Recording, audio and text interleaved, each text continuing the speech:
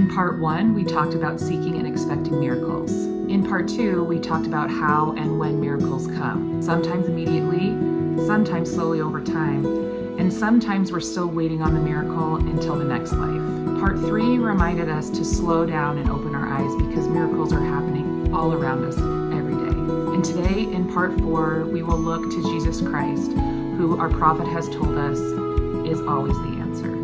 Hi, I'm Megan, and welcome back to Scripture Study Standouts.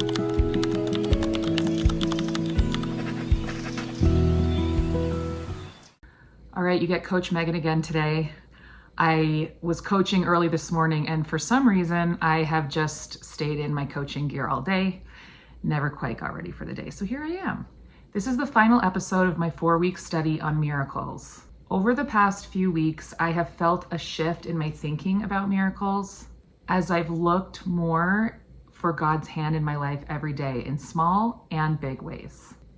The talks I studied this week were Go Forward with Faith by Russell M. Nelson, Behold, I Am a God of Miracles by Ronald A. Rasband, Miracles, Angels, and Priesthood Power by Shane M. Bowen, Put Your Trust in the Lord by M. Russell Ballard. This one actually was more about missionary work than miracles. I'm not really sure how it got in this week of study, but it still was a really good talk. And then After the Fourth Day by W. Mark Bassett. So coming into this week's reflection on my study, I've been trying to culminate all of my thoughts on miracles into one message. And here's what I've learned. Miracles are real. The everyday ordinary ones and the big awe-inspiring, life-changing ones. I absolutely believe in miracles. Sometimes the miracle doesn't look how we imagined.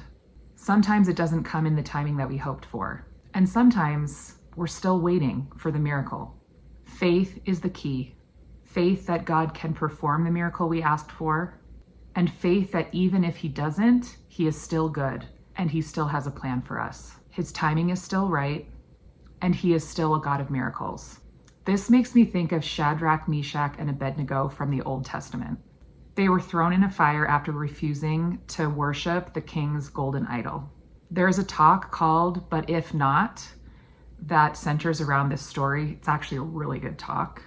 It's by Dennis E. Simmons. And in that talk, he describes this event like this. They, referring to Shadrach, Meshach, and Abednego, they knew that they could trust God, even if things didn't work out the way that they hoped. They knew that faith is more than mental assent, more than an acknowledgement that God lives. Faith is total trust in Him. Miracles are defined as extraordinary events caused by the power of God. And we know that another name for the power of God is the priesthood. Whether that priesthood is used by God Himself or by a holder of the priesthood that has been given the authority to exercise God's power, the power still comes from the same source. Through our faith and priesthood power, miracles still occur today. Elder Ronald A. Rasband said, "Miracles can come as answers to prayer. They are not always what we ask for or expect, but when we trust in the Lord, He will be there and He will be right." My favorite talk from this week's study was After the Fourth Day by W. Mark Bassett. He uses one of the most powerful miracle stories in the New Testament, the raising of Lazarus from the dead, as the central focus of his talk. By Jewish tradition, at least in the time of the Old Testament, I'm not sure if this is still true today, they believed that the spirit of the deceased lingered for 3 days. After the 4th day, all hope was lost. In this story, that's when Jesus came, on the 4th day. He didn't rush. He didn't show up when everyone expected Him to. In fact, He lingered where He was for 2 days after He heard that Lazarus was about to die.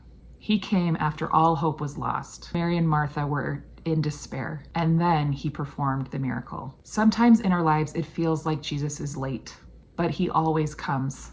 And when He does, His timing is perfect. Elder Bassett also points out that we can learn a lot from the process of this miracle.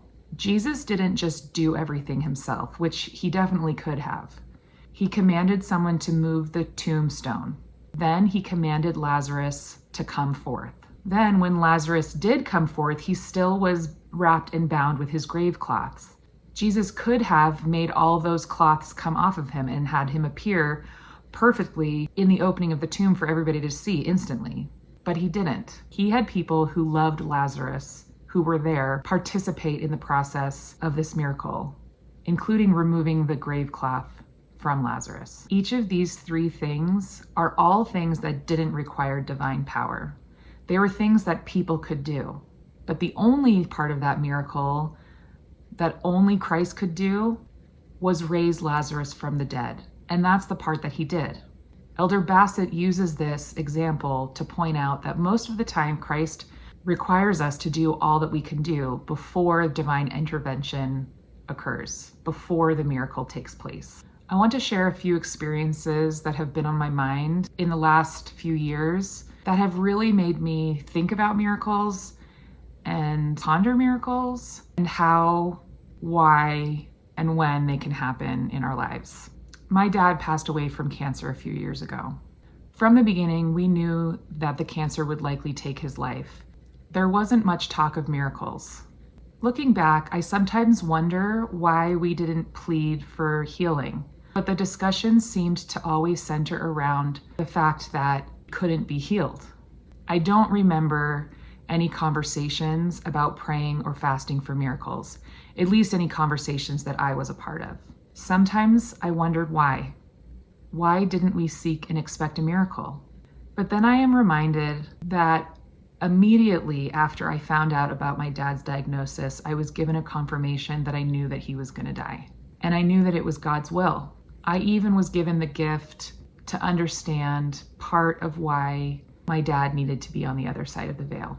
That confirmation came with peace, not ease, but peace. And it was an experience that I often lean on when I'm feeling really sad about losing my dad and when I deeply miss him.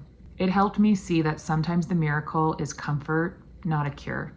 One of my best friends was given a devastating diagnosis earlier this year. She is one of the most faithful, hardworking people that I know. She has faced this trial with incredible faith.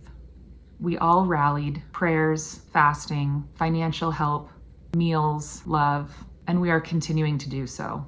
She found a doctor offering a very hopeful treatment plan, and the circumstances in which she found this doctor felt like a miracle. But her disease continues to progress quickly. The miracle of healing hasn't come. Still, she presses on in faith. She is doing all she can, and she's relying on the Lord for the rest. Her story isn't over, and I believe that miracles are still unfolding.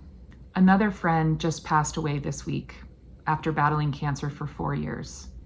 During that time, her family witnessed undeniable miracles. There were healings, extended time, precious memories made, opportunities for friends and loved ones to serve and be served by this beautiful family, all miracles. Even though she passed away, her story was full of divine intervention. And in my own family, we've had several life-threatening emergencies in the past few years. Some resolved miraculously fast. Some were dangerously close to being life-ending. Some have lingered. Some blessings have been easy to see, others harder. But when I look back, I can see that surviving those experiences were miraculous. The preservation of life, even when recovery is slow, is a miracle. The fact that everyone in my family is still here is a miracle. Not every miracle comes the way that we hope. That definitely has been a theme throughout the talks that I've studied this month. And it is always accompanied with a reminder that God is in charge and his timing is always right. Elder Ronald A. Rasband reminded us, looking at things through mortal eyes, we want God to intervene. But faith means trusting that God's miracles will come, though not always on our timetable. I'm still wrestling with the ideas of seeking and expecting miracles and having the kind of faith required for miracles to occur in our lives and in the lives of those we love, but also having the kind of faith required to accept not receiving the desired miracles. Those two concepts seem to clash in my brain. It's hard for me to understand how they both can exist at the same time. That phrase, "but if not," feels like doubt, not faith. But I know that that's not true. So I'm still trying to make sense of all of this in my brain. But I guess what I'm learning is that the faith required is not faith in the miracle or faith that the miracle will and can come.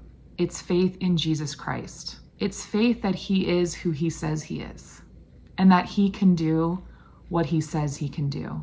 He has the power to perform any miracle. He absolutely does.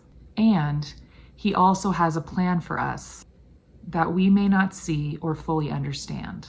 We show our faith by trusting in him fully, no matter what the outcome, no matter what the story looks like, no matter what journey we have ahead of us. Even Christ himself pled for a miracle to be delivered in the Garden of Gethsemane. He pled to be saved from his pain and suffering.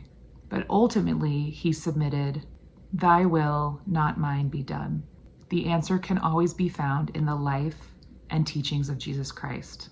God is still a God of miracles. He sees you, he loves you, and he is working on your behalf, even when you can't see it. Thank you for joining me on this miracle series. It has strengthened my faith and my testimony in how God works in our lives. I hope it has strengthened your faith too.